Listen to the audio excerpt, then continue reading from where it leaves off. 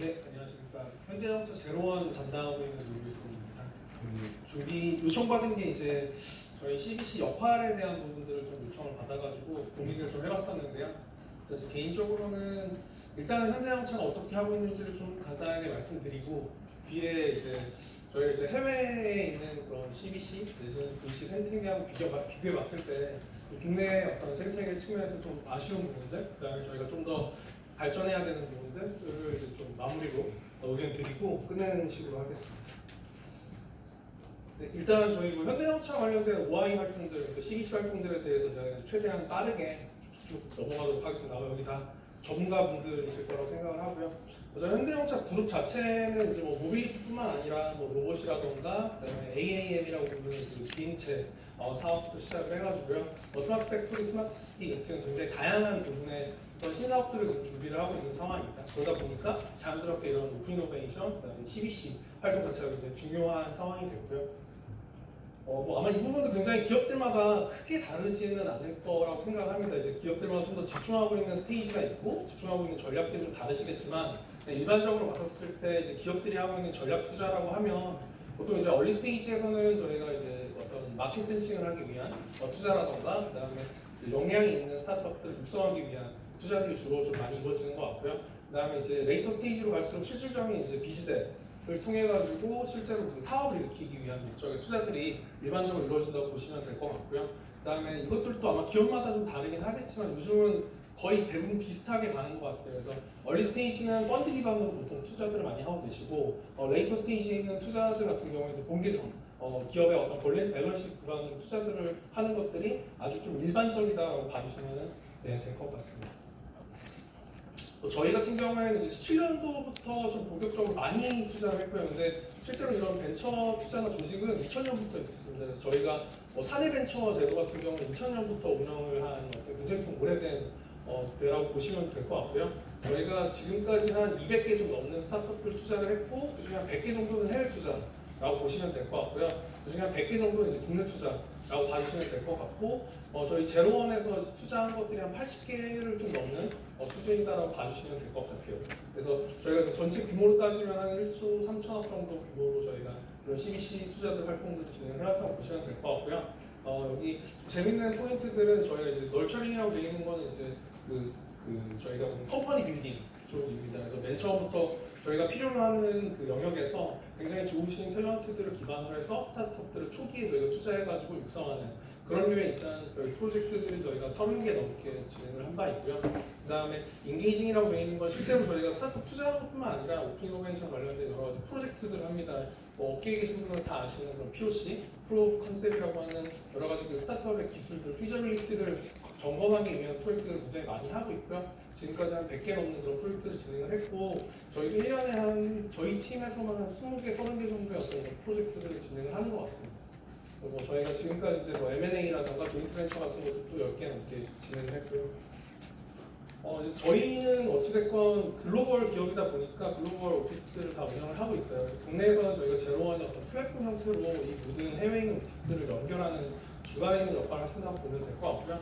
보시는 것처럼 저희가 이제 실리콘밸리에는 11년도에 처음 오피스를 열었고 18년도부터 이제 그 이스라엘 먼저 열었고 그다음에 이제 베이징, 베를린 그리고 이제 최근에 이제 싱가포르 이렇게 해서 저희가 해외 5군데 크레들이라고 부르는 이제 스타트업 관련된 그 해외 브랜치를 운영을 하고 있다라고 봐주시면 될 것 같습니다.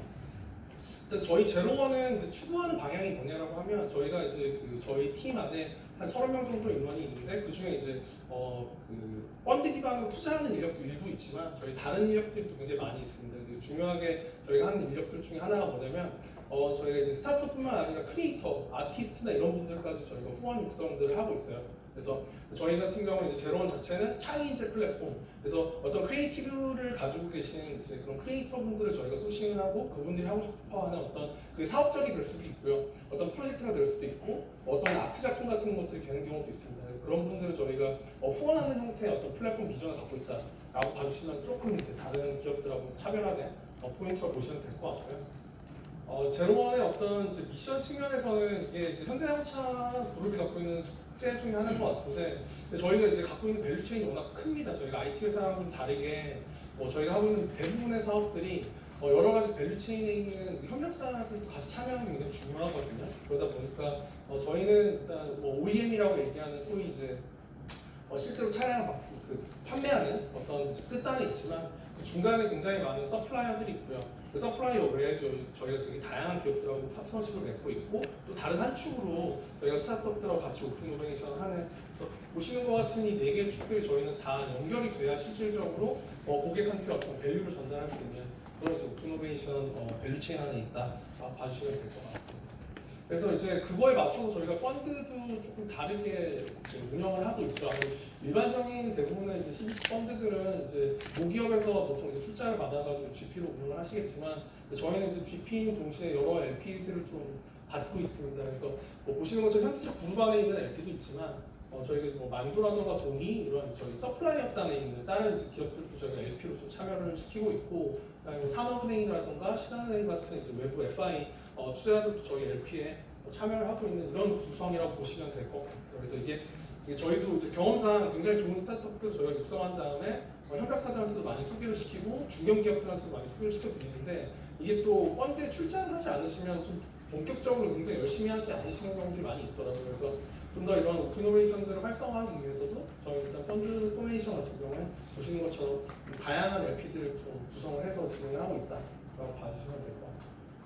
그래서 아마 이제 저희 사례를 좀 말씀을 드려보면 말씀드린 것처럼 저희가 분사벤처 같은 경우 굉장히 오래됐어요. 오래되다 보니까 저희가 굉장히 뭐 수십 가지 케이스가 있지만 그중에 이제 대표적인 사례들을 좀 가져왔고, 보시는 것처럼 이제 사례벤처 중에 이제 오토앤하고 아이탁스라는 두 가지 케이스가 있습니다. 오토앤 같은 경우에는 이제 그 애프터마켓에서 이제 용품들, 저희가 이제 소위 얘기하는 튜닝 마켓을 이제 타겟으로 하는 저희 사례벤처로 분사를 하셨고, 작년 초에 이제 상장도 하셔가지고 해서 굉장히 잘 성장하고 있는 그런 스타트업 케이스로 보시면 될 것 같고요. 그다음에 아이탑스 케이스도 굉장히 재미있는 케이스입니다. 이제 기술 자체는 이제 보행자 충돌 방지 안전 부품이라고 되어 있는데 액티브 후드 시스템이라고 해서 차량에 이제 충돌이 일어났을 때 후드를 이렇게 위로 튕겨주면 그 부딪힌 보행자의 머리에 대한 그 데미지를 줄여줄 수 있는 그런 기술이거든요. 근데 이거 자체로는 사실 굉장히 크게 사업화해가지고 프로핏을 많이 내기 되게 어려운 부분입니다. 근데 이제 뭐 동의 같은 경우에는 이제 저희 뭐 대표적인 이제 협력사인데, 동의 같은 경우에 뭐가 부족하냐면 기술력이 부족한 거죠. 그러니까 어느 정도 기업이 이익을 낼 수는 있지만 미래 기술에 투자를 하기는 어렵고 자체적으로 R&D를 하기 어려워요. 그래서 저희 같은 경우는 이제 이런 동의가 아이탑스를 이제 인수를 했고요. 그 이후에 지금 굉장히 많은 이제 뭐 레베뉴라든가 프로핏을 만들고 계시고, 이 회사 자체를 또 성장시키려고 동의가 또 열심히 노력을 하고 계십니다. 그래서 저희가 생각하기에는 이런 아이탑스 케이스가 또 굉장히 좋은 어떤 모델이라고 생각을 하고 있고요. 그다음에 저희가 사회벤처 육성하는 것 중에 이제 뭐 아마 작년에 뉴스에 굉장히 크게 났었는데 포리투닷이라는 회사를 저희가 모빌리티 소프트웨어 관점에서 뭐 초기부터 굉장히 집중적으로 육성을 해서, 여기는 이제 뭐 SK나 LG나 뭐 CJ 같은 다른 대기업들이랑 같이 저희가 이제 투자를 해서 육성을 하는 케이스고요. 저희가 이제 작년에 인수를 했죠. 이런 포인트 케이스가 있고, 그다음에 이제 최근에 저희가 그 반도체 쪽을 굉장히 열심히 보고 있습니다. 그래서 뭐 저희가 이제 보스 반도체라는 것도 아직은 이제 뭐 계속 성장하고 있는 스타트업이지만 저런 모델들도 저희가 집중적으로 육성하고 있다라고 봐주시면 될 것 같습니다. 이 자료는 이제 제가 언제 만들었냐면, 사실은 이제 그 싱가포르에 저희가 이제 크레딧 오피스를 만들고 나서 이제 개소식을 했는데, 그쪽에서 저희한테 요청한 게 뭐냐면 국내 그 생태계가 굉장히 좋은 것 같은데, 스타트업 생태계가 좋은 것 같은데 무슨 특징이 있냐, 이런 것들을 저한테 이제 반대로 해외 투자자들이 이제 문의를 했었어가지고 발표를 한번 한 적이 있어요. 이제 그분들이 봤을 때 이런 거죠. 한국이라는 것도 이제 한국 전쟁 이후에 굉장히 빠르게 성장을 했는데 몇 면을 보면 뭐 삼성, LG, 현대, SK 이런 기업들이 굉장히 다 글로벌로 빠르게 성장을 한 것 같고, 뭐 카카오나 네이버 같은 경우에도 이제 동남아라던가 뭐 프랑스라던가 이런 데 이제 이미 글로벌 기업들이 되고 있는 거죠. 그래서 그분들이 보기에는 한국 시장 자체가 굉장히 이제 유니크하고 재밌어 보이는, 그래서 어떤 측면의 특징이 있는지를 사실 이제 물어봤었고, 제가 이제 거기에 대한 이제 답을 좀 고민을 해봤는데, 사실 저희는 굉장히 오랜 기간 동안 이제 공적 자금 기반으로 이제 스타트업 생태계가 이제 조성된 것 같아요. 사실 해외에서도 유래를 찾아보기 쉽지 않은 어떤 국내만의 특징인 것 같긴 합니다. 근데 이제 그게 어느 정도 지금은 뭐 한 최근 한 4년, 5년 사이에 이미 굉장히 많은 CBC들이 다 올라왔어요. 그래서 CBC들이 많이 올라왔고 이런 CBC들이 왜 올라왔냐라고 하면 사실 이제 한국의 특징은 결국에는 이제 인재인 것 같거든요. 굉장히 좋은 우수한 인력들이 국내에서 많이 이제 양성되고 있고 기존에는 이제 그 분들이 대부분 이제 대기업을 갔다면 지금은 이제 대기업을 잘 가지 않죠. 오히려 뭐 스타트업을 가거나 다른 형태의 어떤 커리어 트랙을 밟으면서 저희 CBC들이 그러니까 기본적으로 이런 어떤 탤런트 액퀴지션에 대한 게 가장 큰 것 같아요.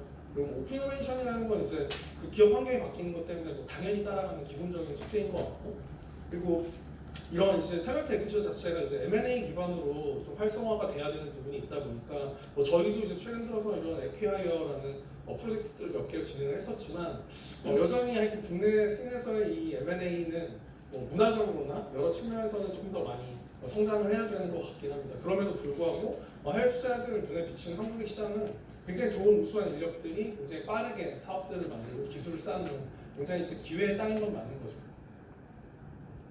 이 자료도 마찬가지로 그때 제가 이제 발표하려고 어쩔 수 없이 자료를 만들었던 건데 보시는 것처럼 제가 생각하기에 웬만한 대기업들은 다 이미 CBC들이 있습니다. 그게 별도 법인으로 있는 경우도 있고 내부에 있는 팀이 있는 경우도 있고 어떤 데는 이제 외부 결핍도 있으면서 내부 조직까지 같이 컴피티션하는 경우가 굉장히 많이 있고요.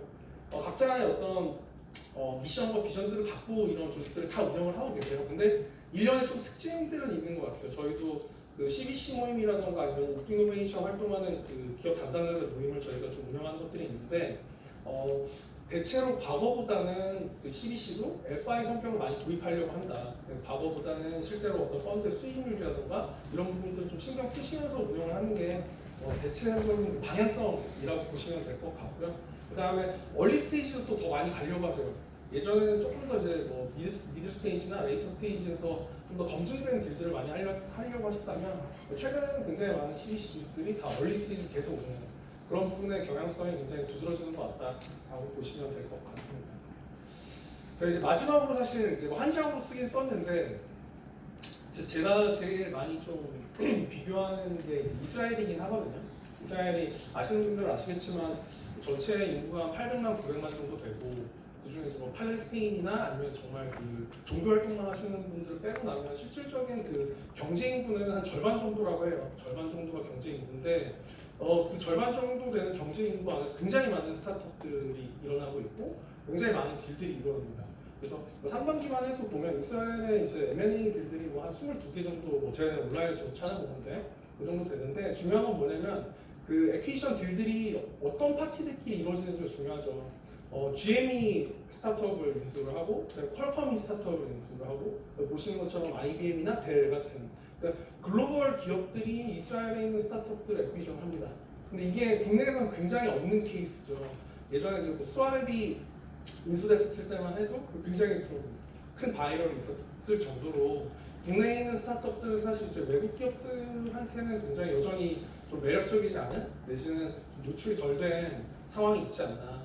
그러면 이스라엘 시장이랑 저희 시장은 무슨 차이가 있나? 왜 이스라엘 애들은 잘 저런 성공적인 M&A를 가져가고 많이 성장하고 있는데 그에 반해서 한국 스타트업은 왜 저런 기회들을 많이 찾지 못하고 있나?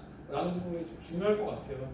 그래서 사실 이제 이스라엘도 스타트업 네이션이라고 해가지고 1990년대에 이런 스타트업들을 굉장히 부흥시킨 어떤 이제 그런 활동들이 있었고 그것들 20년 넘게 지금 이루어지면서 이스라엘의 스타트업 생태계가 구축이 됐다고 보시면 될 것 같은데 그 중에 이제 한 가지는 뭐 이런 게 있죠. 예를 들면 유대자본 자체가 전 세계적으로 다 구축이 돼 있고 그다음에 이제 두 번째는 우리나라는 애매하게 마켓이 있지만 이스라엘은 뭐 애매하게 라고 얘기할 수 없을 정도로 마켓이 없죠. 국내 마켓이 없기 때문에 오히려 모든 스타트업들이 맨 처음부터 글로벌 시장을 노리고서 이제 사업을 시작하는 그런 좀 이제 차이점은 있는 것 같고요.